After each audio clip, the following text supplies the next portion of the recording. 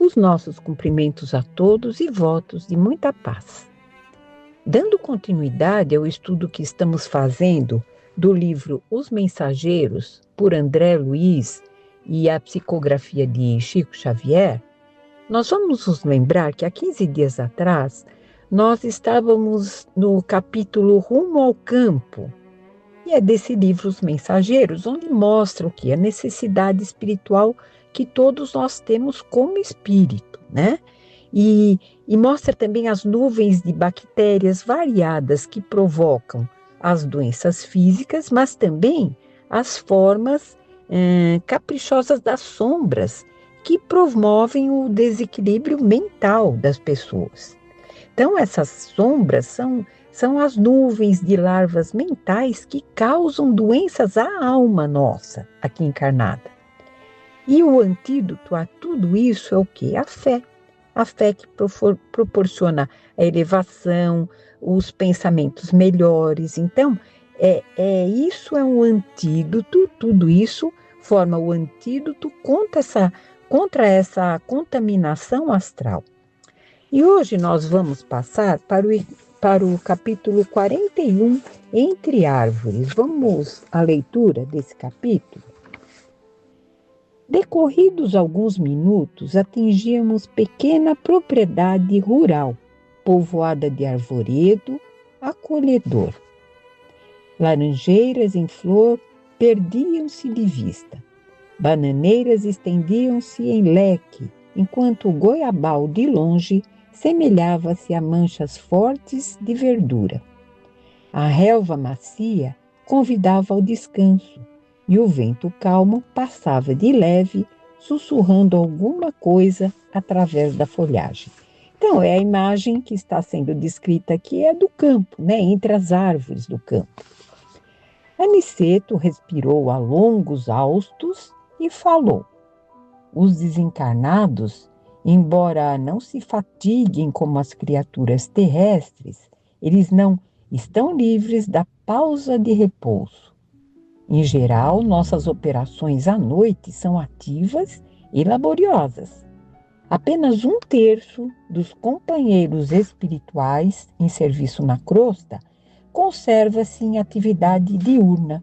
E por que isso?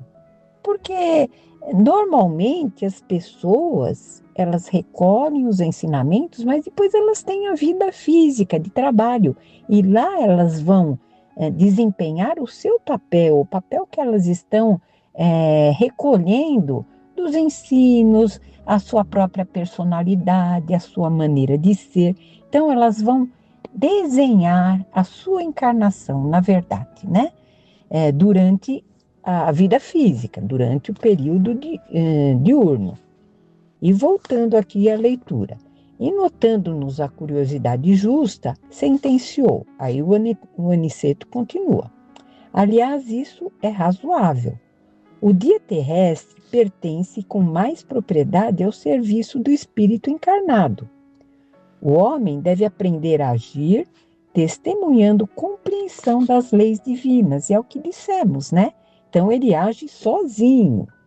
Pelo menos durante certo número de horas deve estar mais só, com as experiências que lhe dizem respeito, que geralmente nós vamos mostrar o que nós aprendemos das leis divinas, nessa solidão, nesse momento material que temos aqui. Nosso instrutor amigo sorriu e observou. O dia e a noite constituem para o homem uma folha do livro da vida. A maior parte das vezes, a criatura escreve sozinha a página diária, com a tinta dos sentimentos que lhe são próprios, nas palavras, pensamentos, intenções e atos. E no verso do outro lado, isto é, na reflexão noturna, ajudamo-la a retificar as lições, a acertar as experiências, quando o Senhor nolo permite. Então, aqui no caso, quando o Senhor nolo permite, ele vai permitir conforme o quê? Conforme o nosso merecimento, né? Então, nós teremos essa ajuda noturna quando estivermos tendo esse merecimento, né? De acertar as lições que nós erramos, as experiências, tudo isso é auxiliado. Mas nós mesmos é que temos que fazer a nossa parte aqui para receber esse auxílio. E continuando, calando-se o nosso orientador, tivemos a atenção exclusivamente voltada para a beleza circundante. Aquele campo amigo e hospitaleiro caracterizava-se por ambiente muito diverso. Não mais as emanações pesadas da cidade grande, mas o vento leve, embalsamado de suavicíssimos perfumes. Refletia eu na bondade do Senhor, que nos oferecia recursos novos, quando Aniceto voltou a dizer: a natureza nunca é a mesma em toda parte. Não há duas porções de terra com climas absolutamente iguais. Cada colina, cada vale possui expressões climatéricas diferentes. É forçoso reconhecer, porém, que o campo, em qualquer condição, no círculo dos encarnados, é o reservatório mais abundante e vigoroso de princípios vitais.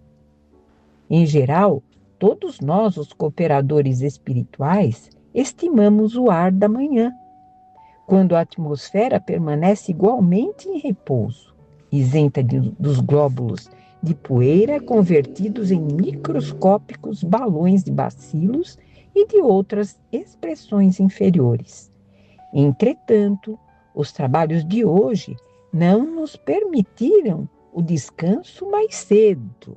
Então, eles não estão cedo, como eles preferem tudo isso, né? Diante de tudo isso que foi descrito. Então, mesmo assim, eles vão aproveitar esse momento. Apoiamo-nos no veludoso relvado e pertencendo-nos a sede de saber, percebendo-nos a sede de saber, Aniceto prosseguiu. Assim me explico, porque na floresta temos uma densidade forte pela pobreza das emanações em vista da impermeabilidade ao vento. Aí, o ar costuma converter-se em elemento asfixiante pelo excesso de emissões dos reinos inferiores da natureza. Na cidade, a atmosfera é compacta e o ar também sufoca, pela densidade mental das mais baixas aglomerações humanas. No campo, desse modo, temos o centro ideal. Indicando prazeroso as frondes balouçantes, acentuou: reina aqui a paz relativa e equilibrada da natureza terrestre. Nem a selvageria da mata virgem, nem a sufocação dos fluidos humanos. O campo é nosso generoso caminho central, a harmonia possível, o repouso desejável. Então, aqui ele está dizendo que o campo é preferível à cidade e também aquela selvageria da mata virgem. Então, ele está naquele meio termo. Com as primeiras tonalidades do crepúsculo, quer dizer, quando ia anoitecer, o Aniceto nos convidou a passeio rápido pelas imediações. Reconhecia que estávamos muito mais bem dispostos. Somente depois de nos locomovermos por alguns minutos, observei que nas vizinhanças havia grande quantidade de trabalhadores espirituais. Lá também existiam os trabalhadores espirituais, no campo, num lugar deserto, né? Em face das minhas interrogações, nosso mentor explicou bondosamente: o campo é também vasta oficina para os serviços de nossa colaboração ativa. E apontando os servidores que iam e vinham, considerou: o reino vegetal possui cooperadores numerosos, Vocês possivelmente ignoram que muitos irmãos se preparam para o mérito de nova encarnação no mundo, prestando serviço aos reinos inferiores. O trabalho com o Senhor é uma escola viva em toda parte. E dando uma pausa aqui, nós vamos ao Livro dos Espíritos, por Allan Kardec, na questão 538, e realmente existe essa resposta para essa questão que eles estão comentando aqui. E a pergunta é a seguinte: formam categoria especial no mundo espírita os espíritos que presidem aos fenômenos da natureza? Serão seres à parte ou espíritos que foram encarnados como nós? E os espíritos vão responder que foram encarnados ou que serão. E a continuação: pertencem esses espíritos às ordens superiores ou às inferiores da hierarquia espírita? E a resposta dos espíritos: isso é conforme seja mais ou menos material, mais ou menos inteligente o papel que desempenhem. Então, mais ou menos material ou mais ou menos inteligente, depende do papel. Uns mandam, outros executam. Os que executam coisas materiais são sempre de ordem inferior, assim como os espíritos, assim como entre os espíritos, também os homens costuma ser assim, né? Os que obedecem, os que executam as tarefas são sempre de ordem inferior aos que comandam. E lá é a mesma coisa. E dando continuidade aqui ao livro Os Mensageiros, nesse momento nossa atenção foi atraída por significativo movimento na estrada próxima. Dirigimos-nos para lá, seguindo os passos de Aniceto, que parecia adivinhar o acontecimento. Observei então um quadro interessante. Um homem jazia por terra numa poça de sangue, ao lado de pequeno veículo sustentado por um muar, que é um burro, né? Impaciente, dando mostras de grande inquietação. Então, o animal, ele estava impaciente, dando essas mostras de muita inquietação. E aquele senhor jazia por terra numa poça de sangue. 2 companheiros encarnados prestavam socorro ao ferido, apressadamente. É preciso conduzi-lo à fazenda sem perda de tempo, dizia um deles, aflito. Temo haja fraturado o crânio. O número de desencarnados que auxiliava o pequeno grupo, todavia, era muito grande. E aqui a gente vai dar uma parada e pensar que em todo lugar existe o socorro, né? Olha, o grande número de desencarnados estava auxiliando nesse momento, aquela cena tão isolada.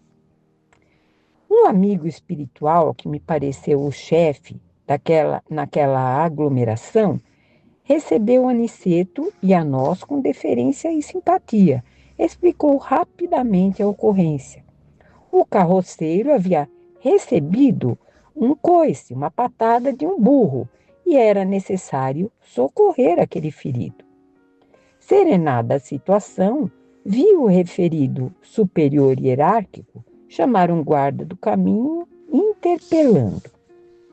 Glicério, como permitiu semelhante acontecimento? Esse trecho da estrada está sob sua responsabilidade direta. Veja bem, até um trecho de uma estradinha estava sob a responsabilidade de um desencarnado. Não é apenas aqui na cidade, a nossa casa, o nosso quarteirão. Ali, numa estradinha, existia um responsável por aquele pedaço, né? E o subordinado respeitoso considerou sensatamente: eu fiz o possível por salvar esse homem, que, aliás, é um pobre pai de família. Meus esforços foram improdutivos pela imprudência dele. Há muito eu procuro cercá-lo de cuidados sempre que passa por aqui. Entretanto, o infeliz não tem o mínimo respeito pelos dons naturais de Deus. É de uma grosseria inominável para com os animais que o auxiliam a ganhar o pão. Não sabe senão gritar, encolerizar-se, surrar e ferir. Tem a mente fechada às sugestões do agradecimento. Não estima senão a praga e o chicote. Hoje, tanto perturbou o pobre animal que o ajuda, tanto o castigou, que pareceu mais animalizado que o próprio animal. Quando se tornou quase irracional pelo excesso de fúria e ingratidão, meu auxílio espiritual se tornou ineficiente. Então, ele não conseguiu nem socorrer mais aquele homem pela cólera que ele tinha e pela falta de sintonia, né? Atormentado pelas descargas de cólera do condutor, o burro humilde o atacou com a pata. O que eu podia fazer? Minha obrigação foi cumprida. O superior, que ouvia atenciosamente as alegações, respondeu sem hesitar: tem razão. E como dirigisse o olhar a Aniceto, desejando aprovação, nosso orientador afirmou: auxiliemos o homem quanto esteja em nossas mãos. Cumpramos nosso dever com o bem, mas não desprezemos as lições. Esse trabalhador imprudente foi punido por si mesmo. A cólera é punida por suas consequências. Ao mal segue-se o mal. Se os seres inferiores, nossos irmãos no grande lar da vida, nos fornecem os valores do serviço, devemos dar-lhes, por nossa vez, os valores da educação. Ora, ninguém pode educar odiando, nem edificar algo de útil com a fúria e a brutalidade. Indicando o grupo que conduzia o ferido a uma casa próxima, concluiu imperturbável: como homem comum, nosso pobre amigo sofrerá muitos dias chumbado ao leito. Entre as aflições dos familiares, demorar-se-á um tanto a restabelecer o equilíbrio orgânico. Mas, como espírito eterno, recebeu agora uma lição útil e necessária. Altamente surpreendido, reparei na grande serenidade do nosso orientador e comecei a compreender que ninguém desrespeita a natureza sem o doloroso choque de retorno a todo tempo. E os alertas, né? Para que respeitemos a natureza, essas reuniões que estão sendo feitas mundialmente, né, por todos os representantes das nações, que cada um possa fazer a sua parte, né, cada governo, cada habitante aqui do planeta possa saber obedecer, respeitar essa natureza. Bom, então nós vimos hoje esse capítulo Entre Árvores, né, o capítulo 41, e nesse capítulo são citados numerosos espíritos cooperadores do reino vegetal, né, em preparativos para uma nova encarnação no mundo, prestando serviço aos reinos inferiores, como nós vimos no Livro dos Espíritos. Eles estão se preparando para uma nova encarnação. E há também nesse capítulo o instigante relato de um carroceiro que, com grande grosseria, ele vivia a agredir os animais, inclusive um burro que o auxiliava a ganhar o pão de cada dia. E ele demonstra esse capítulo que a cólera é prejudicial ao colérico também, não apenas ao alvo daquela cólera, mas a lei do retorno, né, ao colérico também. Bom, então nós terminamos esse capítulo 41 hoje, E daqui a 15 dias nós nos comprometemos a um novo encontro com o capítulo 42 desse mesmo livro, Os Mensageiros. Fiquem em paz, que Jesus acompanhe cada um no seu estudo, nas suas reflexões e até lá.